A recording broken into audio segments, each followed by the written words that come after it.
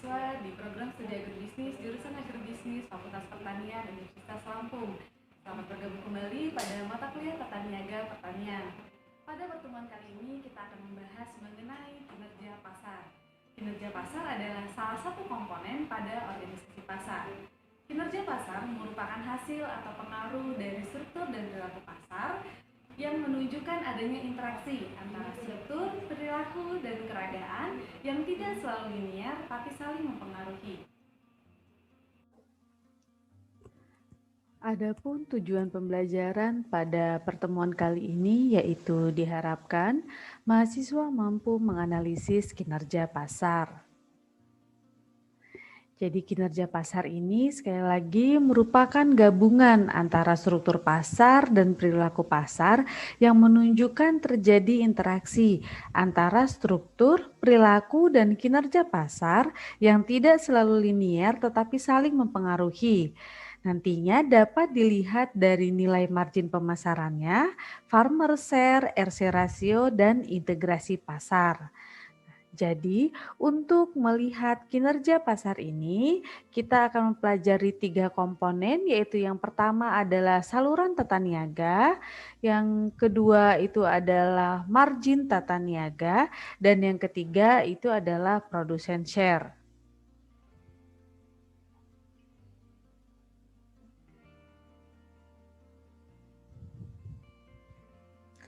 Saluran pemasaran menurut Warren J. Kagan adalah saluran yang digunakan oleh produsen untuk menyalurkan barang sampai ke tangan konsumen atau pemakai industri.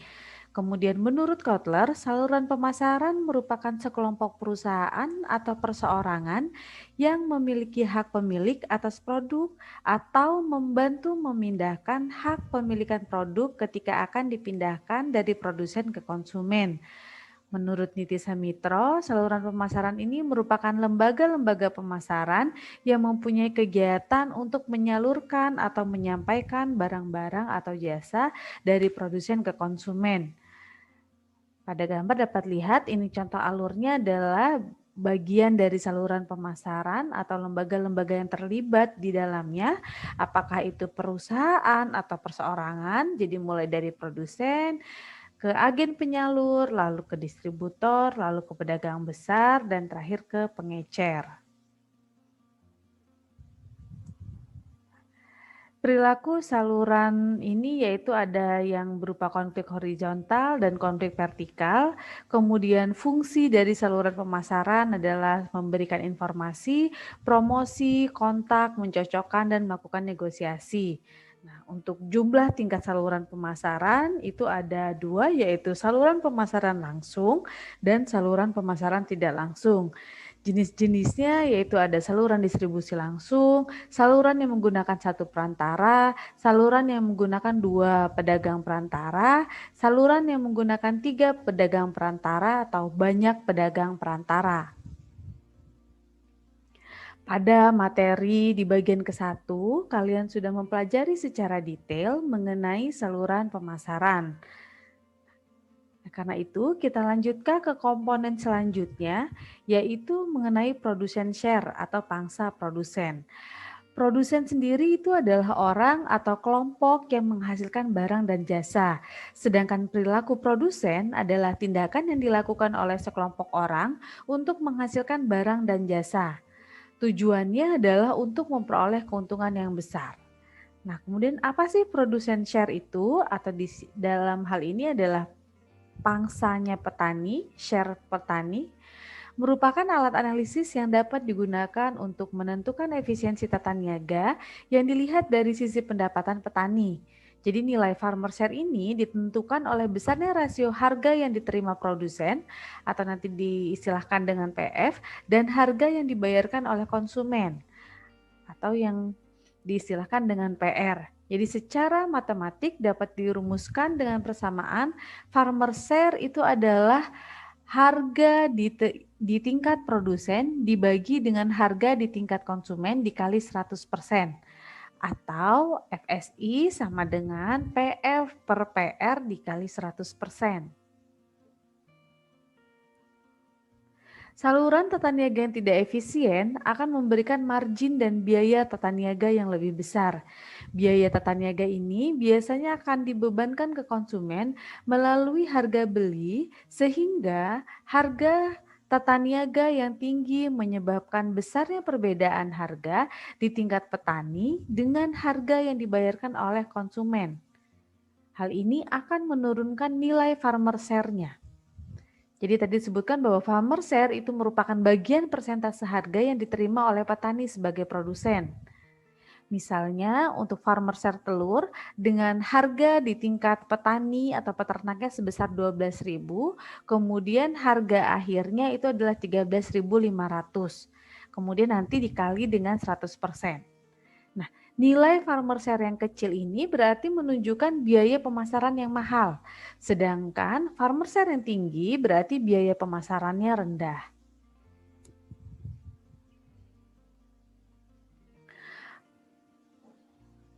Selanjutnya, dalam menentukan kinerja pasar itu dapat dilihat dengan nilai margin tata niaganya. Jadi kegiatan tata niaga ini terbagi ke dalam 3 kelompok, yaitu proses pengumpulan, kemudian proses pengimbangan, dan yang terakhir adalah proses penyebaran. Pada proses pengumpulan, maka lembaga yang terkait yaitu petani, kemudian pedagang pengumpul. Nah, pada pengimbangan itu ada pabrik dan pedagang besar, pada penyebaran itu ada pedagang eceran untuk sampai ke konsumen. Margin tata niaga ini merupakan perbedaan harga pada berbagai tingkat lembaga tata niaga. Nah, di sektor pertanian, margin tata niaga dapat diartikan sebagai perbedaan antara harga di tingkat usaha tani atau produsen dengan harga di tingkat eceran atau konsumennya. Adapun untuk menghitung margin pemasaran ini bisa dengan menggunakan 3 metode. Yang pertama adalah dengan memilih dan mengikuti saluran pemasaran dari komoditi spesifik. Kemudian yang kedua, membandingkan harga pada berbagai level pemasaran yang berbeda. Dan yang ketiga adalah mengumpulkan data penjualan dan mengumpulkan data pembelian kotor tiap jenis pedagang.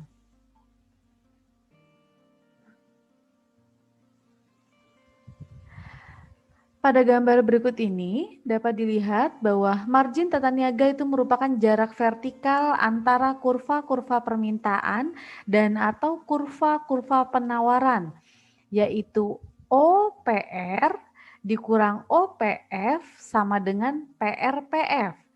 Nilai margin tata niaga ini merupakan perbedaan harga pada dua tingkat sistem tata niaga dikalikan dengan jumlah produk yang laku terjual.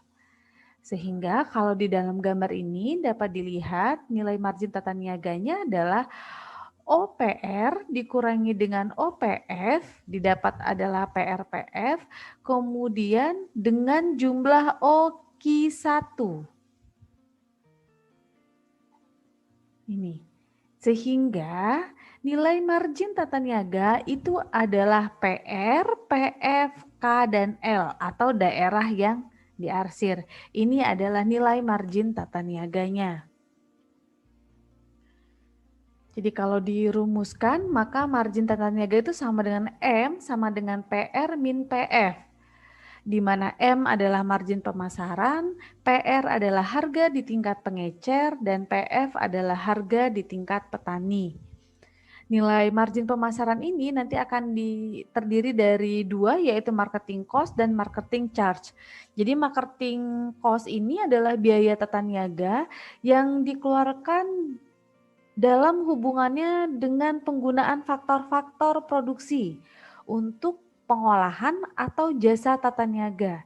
Misalnya adalah tenaga kerja, bunga modal, sewa lahan dan gedung, keuntungan usaha dan keuntungan modal. Sedangkan marketing charge itu adalah pendapatan lembaga tata niaga karena melakukan aktivitas-aktivitasnya yaitu menyalurkan komoditi atau produk. Misalnya jasa pedagang pengecer, jasa pedagang besar, dan lembaga perantara lainnya.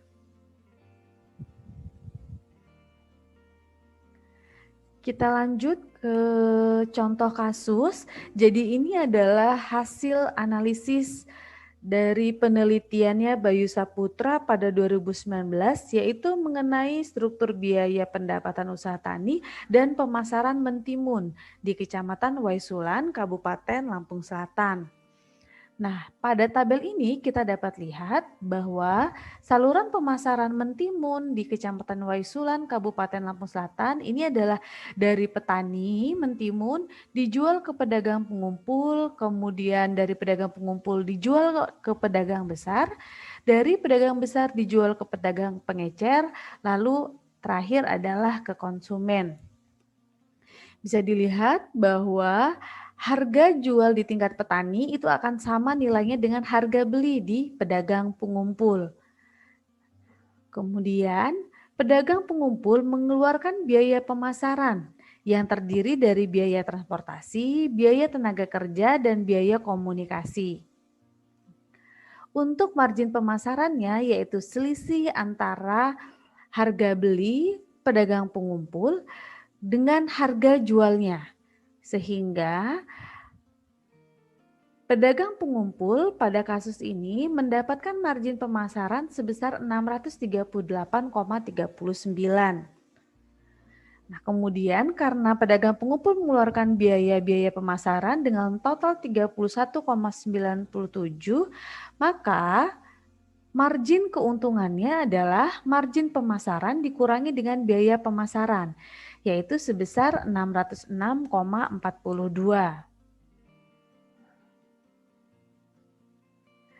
Rasio profit margin ini merupakan pembagian atau perbandingan antara biaya yang dikeluarkan oleh pedagang pengumpul dengan keuntungan yang diterimanya. Sehingga di sini diperoleh rasio profit marginnya adalah 18,97. Apa arti RPM pedagang pengumpul 18,97 ini? Artinya adalah pada setiap Rp1 biaya yang dikeluarkan oleh pedagang pengumpul, maka pedagang pengumpul akan mendapatkan keuntungan sebesar Rp18,97. Selanjutnya pada pedagang besar, harga beli pada pedagang besar ini adalah sama nilainya dengan harga jual oleh pedagang pengumpul. Diketahui harga belinya adalah Rp2.248,94, kemudian harga jual pedagang besarnya adalah Rp2.965,96. Nah, pedagang besar ini mengeluarkan biaya-biaya untuk transportasi tenaga kerja dan komunikasi dengan total 31,18. Sehingga diperoleh margin keuntungan oleh pedagang besar itu adalah sebesar 685,84. Sedangkan rasio profit marginnya yaitu perbandingan antara biaya total pemasaran yang dikeluarkan dengan margin keuntungannya diperoleh nilai 21,99.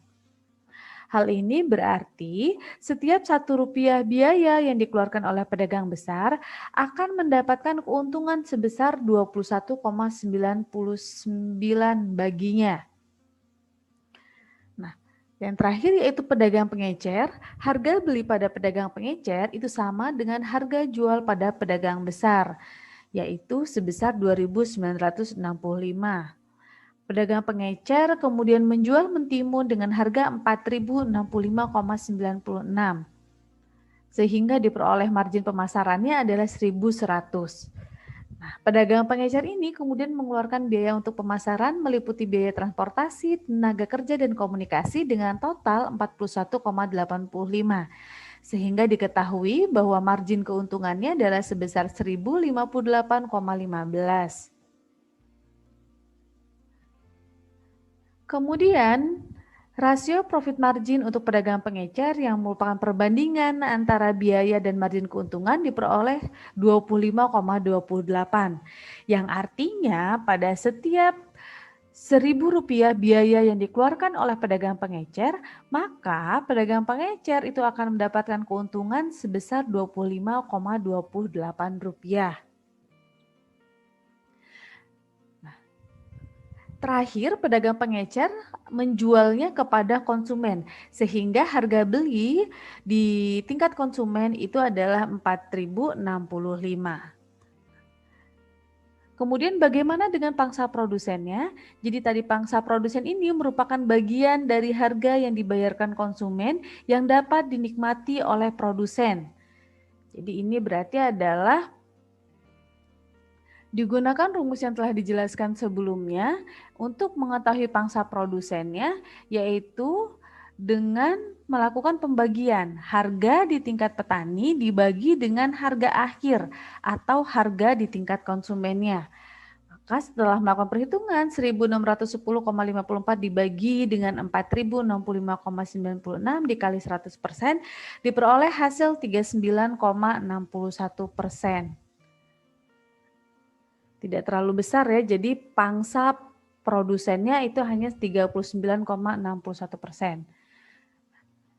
Semakin panjang saluran pemasaran, maka akan semakin besar margin pemasaran yang terbentuk, sehingga akan mengurangi bagian harga yang akan diterima oleh petani produsen dan efisiensi dari pemasarannya. Jadi ada komisi-komisi, ada biaya-biaya yang akan dikeluarkan oleh pedagang-pedagang perantara. Nah, semakin panjang pedagang perantara dari proses tata niaga suatu produk, dalam hal ini adalah mentimun, maka ini nilai pangsa produsennya akan semakin kecil. Sifat-sifat umum dari margin tata niaga khususnya untuk komoditi pertanian yaitu margin tata niaga itu akan berbeda-beda antara satu komoditi dengan komoditi lainnya. Kemudian, margin tata niaga produk hasil pertanian cenderung akan naik dalam jangka panjang dengan menurunnya bagian harga yang diterima oleh petani. Karena adanya pengolahan barang dan jasa-jasa tata niaga yang cenderung padat karya dan pendapatan masyarakat yang bertambah tinggi. Karena kemajuan ekonomi misalnya, sehingga konsumen menginginkan kualitas produk yang lebih baik lagi.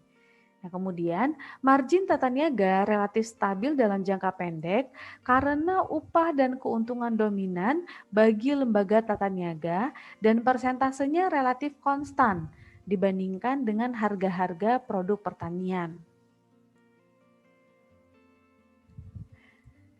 Di negara maju, makin tinggi bagian margin tata niaga dari harga yang dibayarkan oleh konsumen konsisten dengan efisiensi tata niaga atau biaya tata niaga yang tinggi adalah merupakan syarat mutlak bagi terciptanya suatu sistem pemasaran yang efisien. Hal ini berbeda jika di negara berkembang, maka margin tata niaga yang tinggi itu menunjukkan adanya inefisiensi dalam tata niaga suatu komoditi tersebut. Kesimpulannya, besar kecilnya margin tata niaga dan tinggi rendahnya efisiensi harus diketahui hubungannya dengan jenis dan banyaknya jasa yang dihasilkan. Kemudian, untuk menambah pemahaman kalian mengenai kinerja pasar, silakan untuk membaca jurnal sebagai bahan bacaan dengan link yang tertera yang merupakan hasil penelitian mengenai kinerja pasar yang dilakukan oleh salah satu mahasiswa pada program studi agribisnis, jurusan agribisnis Fakultas Pertanian Universitas Lampung. Demikianlah penjelasan untuk materi kita yaitu mengenai topik kinerja pasar. Terima kasih.